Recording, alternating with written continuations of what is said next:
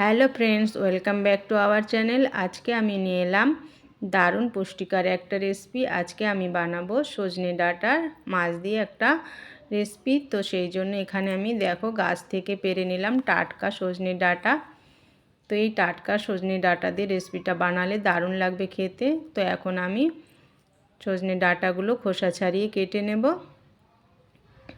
তো দেখতেই পাচ্ছ এক এক করে আমি সজনে ডাঁটাগুলো খোসা ছাড়িয়ে কেটে নিচ্ছি। তো এভাবে আমি সব ডাঁটাগুলো কেটে নিয়েছি আর সঙ্গে দেব কয়েকটা আলু, সেই জন্য আলুটারও আমি খোসা ছাড়িয়ে কেটে ধুয়ে পরিষ্কার করে নিয়েছি। তো এখন আমি এই মাছগুলো নিয়েছি, মাছটা হলো রুই মাছ। তো এই মাছটা দিয়ে আমি রেসিপিটা তৈরি করব। তো মাছটা আমি ধুয়ে পরিষ্কার করে নিয়েছি। এতে আমি বেশি মশলা দেব না, খালি সামান্য জিরে আর আদা বাটা দেব। তো মাছগুলো যেহেতু আমি ফ্রাই করব সেই জন্য মাছে আমি লবণ হলুদ মাখিয়ে নেব। তো মাছে হাত দিয়ে লবণ হলুদটা আমি ভালো করে মাখিয়ে নেব যাতে মাছের ভেতরে লবণটা খুব ভালোভাবে পৌঁছে যায়। এখন উনুনে কড়াই বসিয়ে আমি কড়াইতে দিয়ে দিলাম সরষের তেল, আর তেলটা ভালোভাবে গরম করে নিয়ে আমি লবণ হলুদ মাখিয়ে রাখা মাছটা দিয়ে দেব। আর মাছটা দিয়ে খুব ভালোভাবে আমি ভেজে নেব লাল লাল করে। তো মাছের এক সাইড ভাজা হয়ে গেছে, এখন আমি উল্টে দেব, উল্টে অপর সাইডটাও ভেজে নেব। তো মাছটা আমার ভাজা হয়ে গেছে, এখন আমি মাছটাকে তুলে নেব। আর ওই তেলেই আমি দিয়ে দেব কেটে রাখা আলু।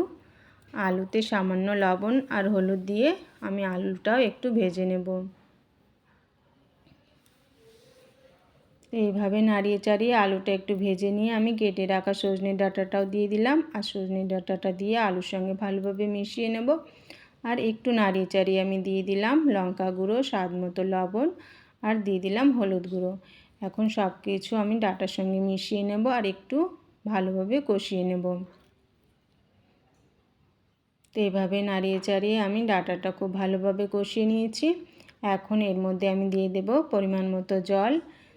যেহেতু ডাঁটাটা কচি আর টাটকা, তাই আমি এতে জলটা খুব বেশি দিলাম না। আর জলটা দিয়ে আমি ভালোভাবে মিশিয়ে নিলাম আর খুব ভালোভাবে জলটা আমি ফুটিয়ে নেব। এইভাবে 5 থেকে 7 মিনিট আমি সবজিটা জাল করে নিয়েছি। আর এখন আমি এর মধ্যে দিয়ে দেব কয়েকটা চেরা কাঁচা লঙ্কা। লঙ্কাটা দিয়ে ভালোভাবে আমি মিশিয়ে নিলাম।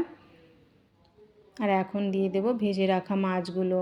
তো মাছটা দিয়ে আমি ঝোলের সঙ্গে ভালোভাবে মিশিয়ে নেব যাতে মাছের ফ্লেভারটা ঝোলে খুব ভালোভাবে পাওয়া যায়।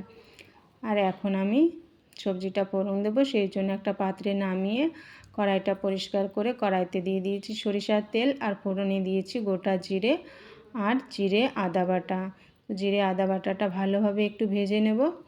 ভেজে নিয়ে আমি নামিয়ে রাখা সবজিটা দিয়ে দেব আর খুব ভালোভাবে মিশিয়ে নেব।